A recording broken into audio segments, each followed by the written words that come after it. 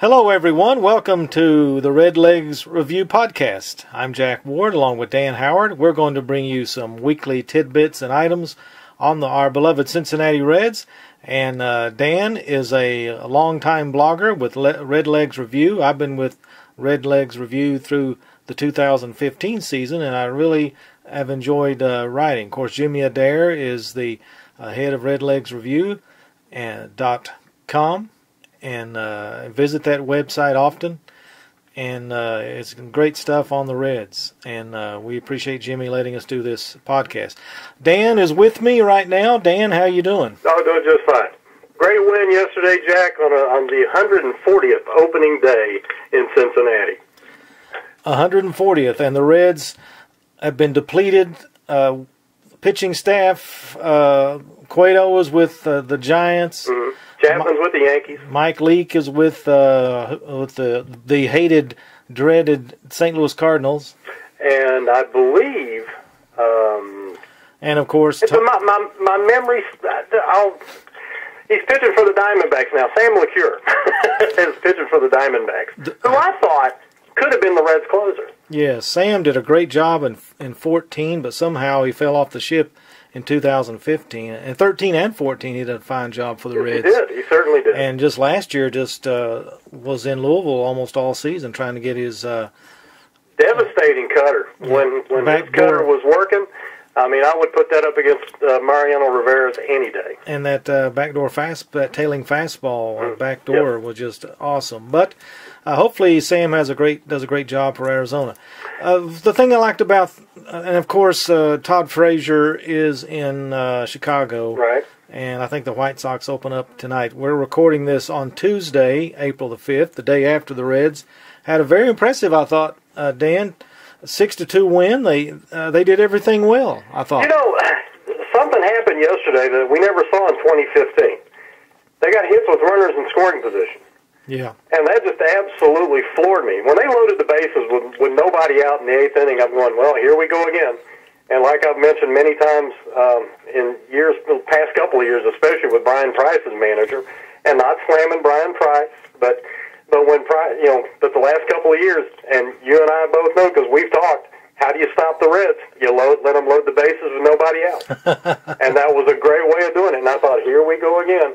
But Zach Cozart popped one to right field, sacrifice fly tied the game. Suarez, which had a great at-bat.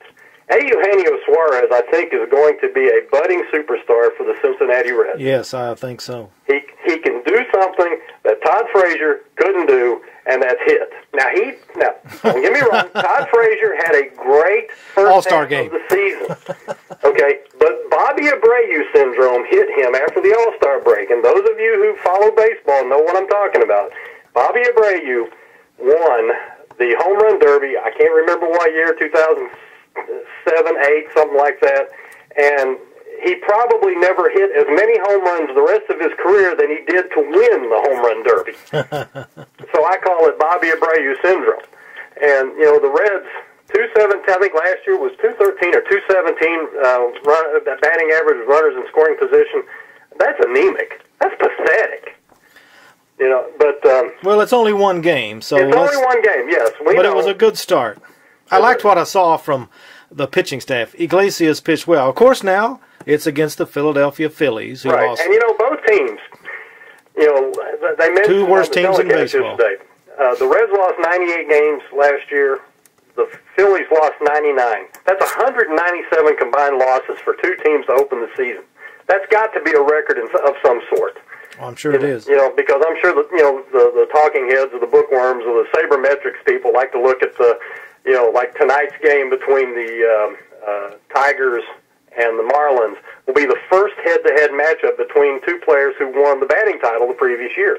Cabrera for the Tigers, and who won it for the kid playing for the Marlins? Second baseman wasn't. Yeah, forgive my knowledge because when it comes to National League baseball, we only talk about the Reds. And speaking of which, Jack, what do you think of baseball starting on Sunday afternoon instead of D. Gordon? What's that? D. Gordon. D. Gordon, yes. Tom Gordon What do you think of Major League Baseball starting on Sunday afternoon at 1 o'clock instead of their usual Sunday night game, which I consider myself a baseball purist, and I know to some extent you are too. But, baseball, when we were kids, baseball started when the Reds started. Well, as if I was a working person, which I no longer am, I'm retired, postal worker, but I would have really enjoyed it if I had been working and had to go to work the next Monday, because I always missed a lot of the daytime games when you're working. But now that I'm retired, I don't mind. The Reds are no longer the first game anyway, since they started Monday night at 8, or Sunday night at a game at 8 o'clock. Right. So I think it's all right. I was all right with it. That's just more baseball I get to see. Yeah, so you I'm remember all right 22 years ago when the Reds opened on a Sunday night against, I think it was the Cardinals. And it was the only time the Reds started the season on a Sunday, and they've never played on Sunday baseball opening day. They've never had the first game of the season to open, Sunday night baseball. And I'm trying to get this out, Jack. I'm trying to. My tongue's over my eye teeth and I can't see to talk. But it didn't go over well in Cincinnati. Because they're used to the Fenway Market Parade. Cincinnati is a traditional baseball town. Now, they can say what they want about St. Louis. St. Louis got a great baseball history, great baseball fans. But Cincinnati is a baseball town to the nth degree. They have their traditions. They like to stick to their traditions. And I think this is a tradition. I don't like the 4 o'clock start myself. I wish they'd go back to 2 o'clock or 1 o'clock. But, and I think a lot of the hitters don't like the 4 o'clock starts because the shadows are coming in. As the sun's going down, the shadows are coming in, and it makes it a little tough to see the pitches. But I think that I don't like the fact that the Reds are not the first National League team. They are the first National League team in history. Like I said, this is the 140th opening day yesterday.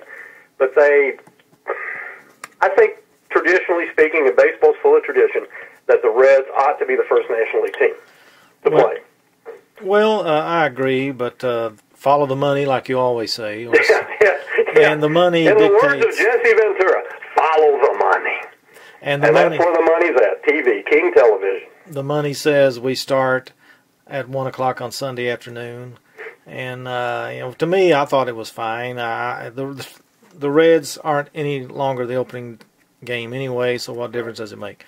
Right. But yes, I'm a traditionalist. I think the Reds should always play at home. Like you, I wish they were playing at 1 o'clock. But again, for people that work and can actually get home now and see some of the Reds opening day, I think it's all right. And really to that defense too. I mean, I got off at 2:30 yesterday, and I was home in time to watch the first pitch.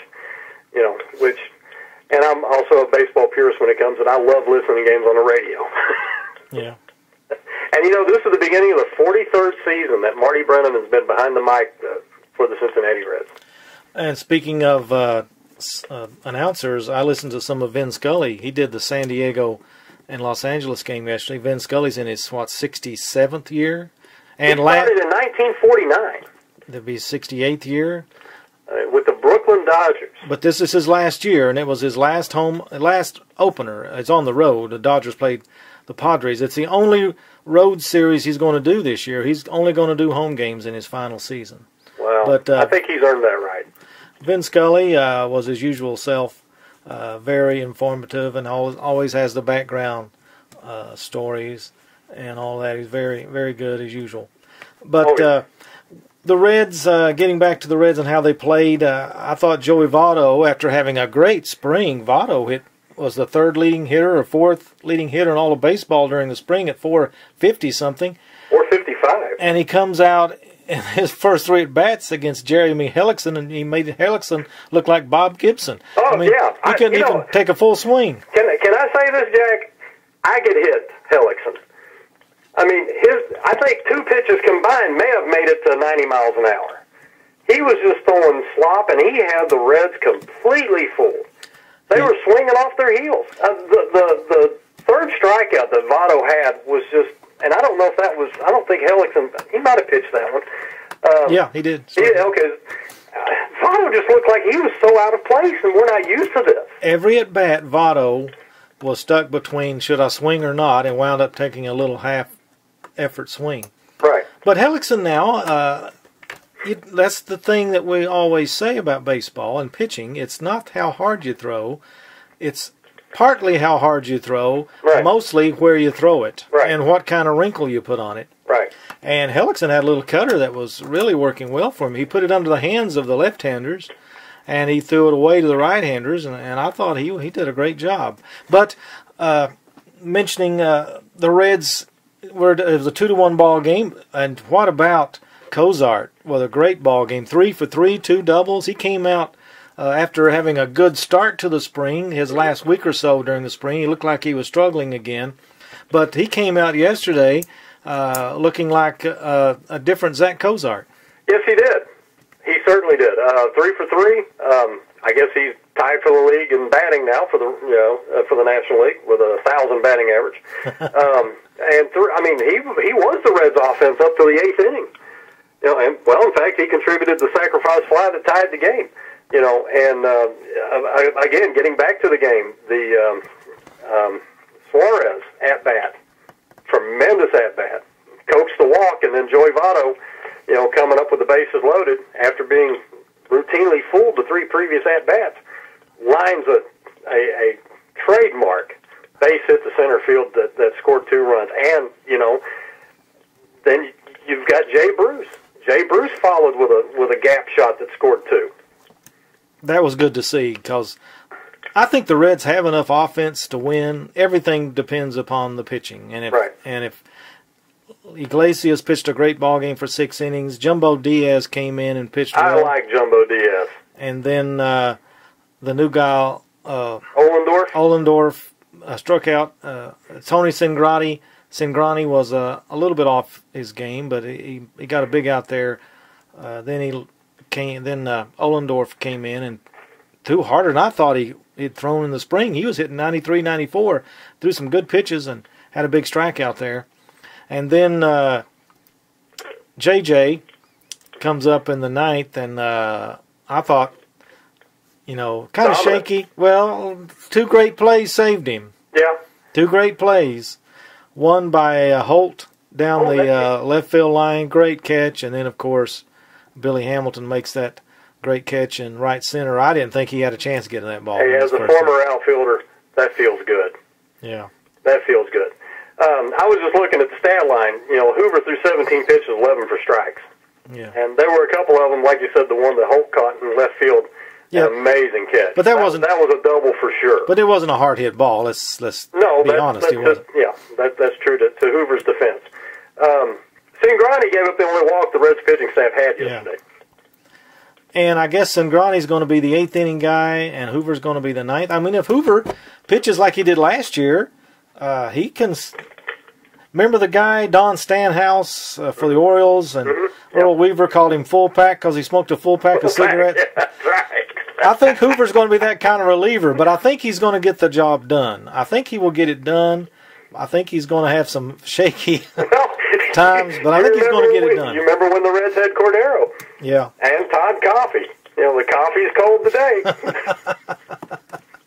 Coffey took more energy to run from the outfield to the pitcher's mound. He should have. He dashed. He made some of his energy for the mound. It's like his hair was on fire. Then he comes out and struggles a little bit.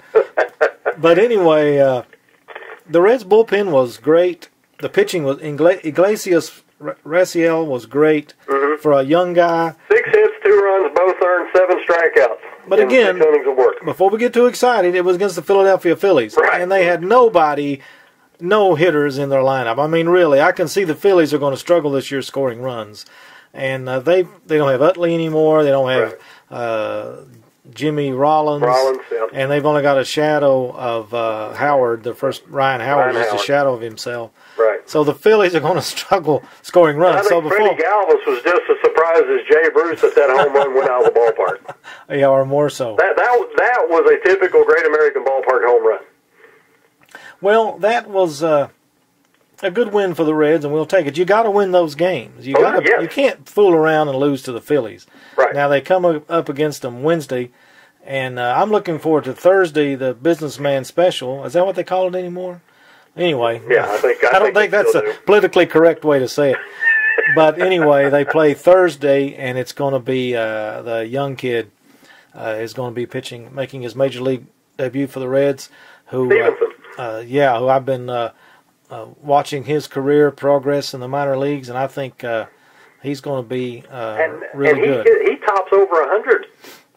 I tell you, the arms today, so many pitchers are just blowing up the radar guns. And I was watching Syndergaard pitching today for the Mets. He was just blowing up everybody. I mean, these guys, they're tall, they're thin, and I don't really, I don't know how they get. It's just arm speed and torque. I don't know, but these guys are just blessed with great arms. And today they're learning how to.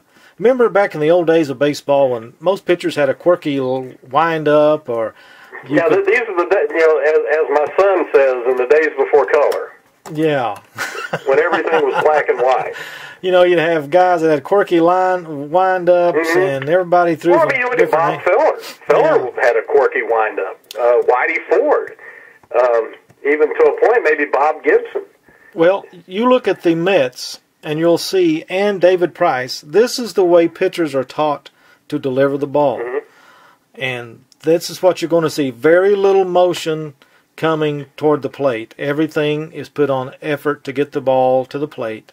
Very little extraneous movement except toward the plate. So that's, you look at the Mets pitchers, and I believe the Reds can be the New York Mets in a couple of years with their pitching prospects. Oh, yeah. There's so many good arms out there, so much talent in the United States and in overseas. Well, I've said this many times that I think Rafael Iglesias is going to be a superstar for the New York Yankees in 6 years because the Reds ain't going to be able to pay him.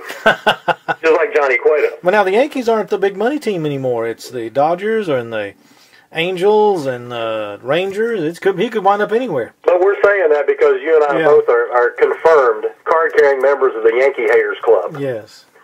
Yeah. But not as much now because they're not really a threat. Yeah, they're like a paper tiger. Yeah, that's right. Well, they're too old. Yeah. Because they've changed the Gatorade's no longer the drink of choice. It's Ensure in Yankee Stadium now in the Yankee clubhouse. And they've got all kinds. For the older people, you got your vitamins and you got your supplements, and then you have your X-Lax. Because at their age, something's got to move. Well, that's a little harsh, I think. Maybe just some good fiber bars would be maybe more gentle. Maybe. Okay. One other thing, Jack, and I think this is something that they have to address. Billy Hamilton. Yes, he made a great defensive play, but bless his heart, he needs, and I don't know if you saw the interview with Pete Rose that Jim Day had with Pete Rose before the game. I've seen him talk about Billy before. I didn't see it, but he probably says the same thing he always says. Don't you think somebody in the Reds lineup would hear that and say, okay, Billy, let's work on getting you to hit line drives? Yeah. Not a punch and Judy hitter, but just Pete says that all the time. He wants Billy to hit the ball. And I think we as Reds fans want to see Billy Hamilton hit the ball. This speed is great, but you can't steal first. It's impossible. They've put that in the rule book. Maybe the Reds are trying to petition Major League Baseball to make it a possibility for Billy Hamilton to steal first base. But until that happens, it's still in the rules. You can't steal first. I'm not saying that Billy Hamilton needs to be a 333 hitter. But he needs to improve from, if he's a 270, and that would be great. Oh, yeah, that would be fantastic. And get some walks. Have a little patience at the plate. That was the thing that impressed me so much about Eugenio Suarez, was his patience at the plate. I like that kid. He's good defensively. That was a great pickup from the Tigers. And they batted him second. Do you like that spot for him? I certainly do. I don't think Brandon Phillips is a number 4 guy. I think Jay Bruce is more number 4, but then again, you get this mythical thing about putting back-to-back left-handers up there. Me and you played the game. it didn't matter which side of the mound the ball was coming from. It still got to cross that 18-inch slab of rubber there at the feet of the batter. You know, yeah, but we faced it at 60. They're facing it at 100. Big difference. But see, it doesn't matter left and left if you're in the early innings. But see, they're going to bring a specialist in on you in the 8th and 9th or the 7th, a left-handed specialist just to get left-handers out, and that's where the Reds would be hurting if they kept Bruce and Votto back-to-back. Two guys who are prone to strike out. And speaking of striking out, how many times did the Reds strike out yesterday? I've got it right here. I got to find it here. Well, you find it, and that's something we wanted to emphasize. And I think Hellickson struck out 6. Gomez struck out 1. So the Reds struck out 7 times. Of course, 3 of them was Joey Votto. That was an improvement, and that's what I wanted to mention was Bruce put the ball in play in a critical situation in the 8th inning, and so did Votto. And Suarez didn't strike out in a key. Nobody struck out in that inning, did they? The bottom of the 8th in a key at bat. And I don't believe they did. No. They hit the ball or took a walk, and that's the game of baseball can be broken down pretty simply. Hit the ball, and you got a greater chance of success. If you strike out, you're going back to the dugout every time so far, right? Right. Yeah. So unless the catcher misses the ball, which rarely happens. It seems like the Reds have been counting on that as their main way of getting on base in crucial situations. I mean, how much credit can you give the fact that those 3 strikeouts, the 3 strikeouts Votto had, how many games this season he's going to have 3 strikeouts? He'll have a few. He strikes out a lot. I don't think he'll have very many strikeout games. Not from one pitcher, no. You know, and, so I think that was a fluke. So, but still, 7 strikeouts, that's good for the Reds, and that's real good. If they can keep it under a strikeout per inning, I think the Reds will do very well. Now, Jay Bruce had his obligatory strikeout. Devin Mesoraco struck out, and of course Billy Hamilton struck out. Yeah, Billy Hamilton cannot strike out. Yeah, we got to get back to him. What I was going to say, what he should become is the kid we were talking about, D. Gordon. Billy could be him, at least a 280 version of D. Gordon. Right. They're both small guys, but I agree with Pete. I've heard him talk about Hamilton before, and he's adamant that Billy Hamilton needs to hit the ball hard. Just hit the ball hard. Put it in play. Yeah. Or, I think Yogi Berra said, hit them where they ain't. He doesn't want Hamilton to just concentrate on bunting. That's good every now and then. But that's fine. But he wants him to hit the ball. And he should concentrate on hitting it the other way. I mean, that's what players do to get out of slumps. That's what players do to improve their plate coverage is start hitting the ball the other way. And shorten your swing and take him the other way. But now, we're not major league players, nor ever were be. Never will be. But you speak English goodly. I've been around Major League Baseball since 1967. And I've been a follower of baseball since 1970. I've seen a lot of great players come and go, and the common denominator is... Well, you was talking about, of course, now baseball is different than it was in the mid-'70s. You had Rose, you had Griffey, you had Morgan, 3 left-handers right in a row, depending on who was pitching. Of course, if a lefty was pitching, then Rose would lead off batting right-handed. Yeah. And then you'd have... but Morgan and Griffey could hit left-handers equally as well as right-handers. So. And I don't see why that Jay Bruce couldn't do that. Here's the thing that gets me about Bruce, and they put a shift on him. They pitch him outside, and he tries to take the ball to right field. Well, what you're going to do, you're going to ground weakly back to the pitcher, or usually the second base, or the third baseman who's covering second base. Shorten your swing, go the other way with it. Try to take, if they're going to give you left field, take left field. It's that simple. Now, there was a couple of times last year he did that, and I about fell over in my chair. But well, he's got to be what he is. I believe players should be what they are, and you're not going to change Jay Bruce into an opposite field hitter, but he can make contact better, and he can be more aware of how pitchers if he starts hitting the outside pitch and taking it the other way, he'll not see very many of those outside pitches. If the pitchers will know that he can hit the outside pitch and go the other way with it, then you'll see defenses shift back to the normal position when he comes up the bat, and then he's going to have either left center wide open or he's going to have right center wide open. And then, well, I think he can hit 30 home runs, 35, maybe driving 120. Well, Jay Bruce is what he is, and I don't think he's going to ever. If he can get his batting average up to 270 range, that would be great for the Reds. Yes. And yes. maybe taking a few of those. If he those. can hit 270, with Votto ahead of him and Phillips ahead of him, if he hits 270, he's driving in 115, 120 runs, and we're talking about him being the MVP. But his production is good now for your average right fielder. 86 RBIs. What, he had 24 homers last year? Mm-hmm. Yeah. That's a good season. That's a really good season. Well, last year the first year he didn't hit 30 home runs. I think he had a string of 3 or 4 seasons in a row where he had an upward climb every year until his injury year of 2014, and then last year he was coming back. So he was overcoming an injury with his knee. So got to give him something there. But I expect a good year from Jay Bruce. I expect he's going to hit 30 and drive in 100. And I think he's going to bring his average up some. I think he has matured, and he's seen enough pitchers, and he's old enough now. He's in his late 20s. That's a time when a player begins to really understand the game a little better. He's stronger. He's wiser. He's at his physical peak. Mm-hmm. And I think Jay Bruce is going to be fine. I hope the Reds keep him.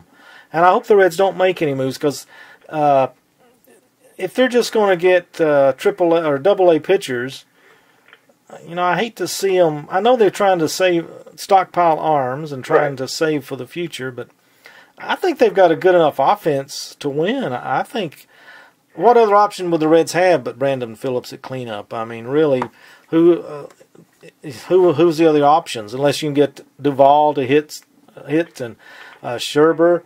Was that his name? Shebler. Shebler had a big hit for the Reds. I was impressed with him. He put the bat on the ball in a crucial situation. Yeah, he had a big at bat. He had the big at bat of the inning, I think. Yeah, he got the key hit in the 8th inning there. He got on base and set the table for the 5-run inning.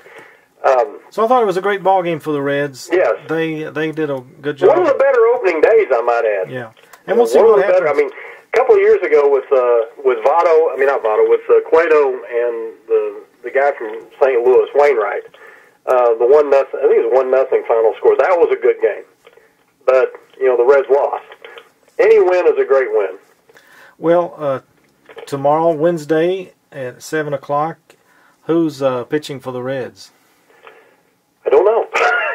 We really did our research. Johnny Holstaff. I think.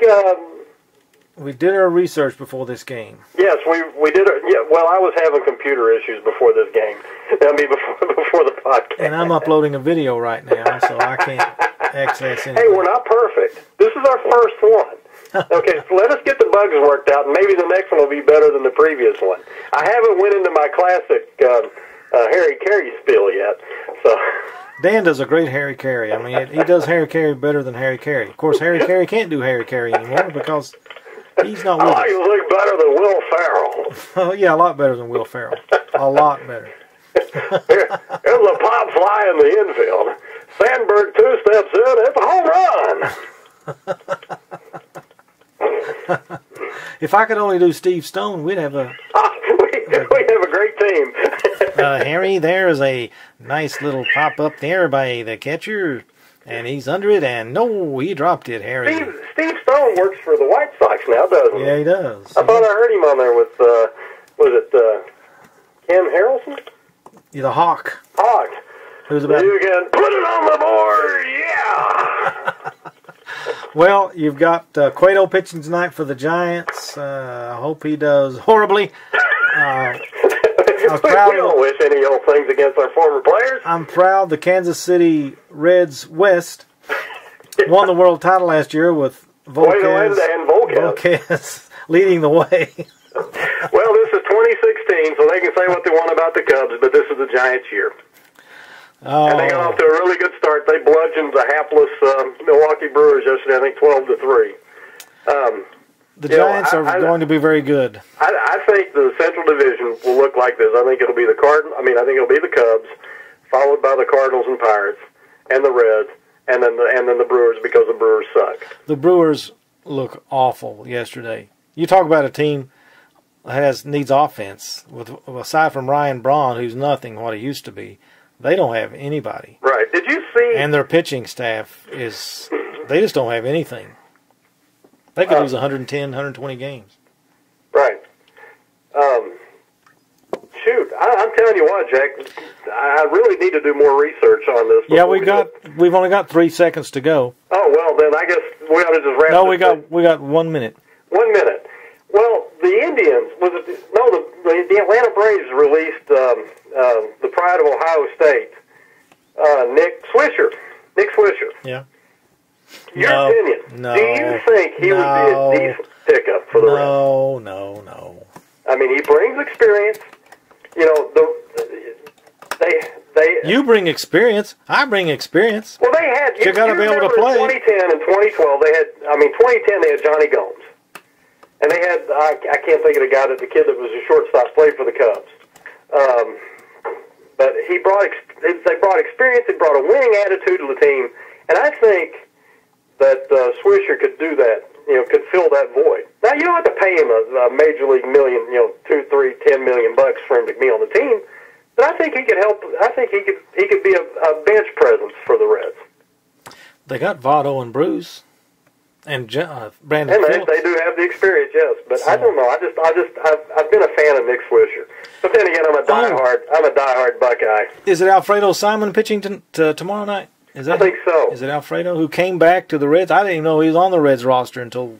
Yeah, they signed him like last week. Yeah, one day I saw his name as he pitched for the Reds, and I thought, what year is this? Yeah, that's right. I think it's a good pickup, but it's kind of frightening when the Reds put their hopes on Alfredo Simon, who's done a fine job. I think he's going to do a good job for the Reds. It could be worse.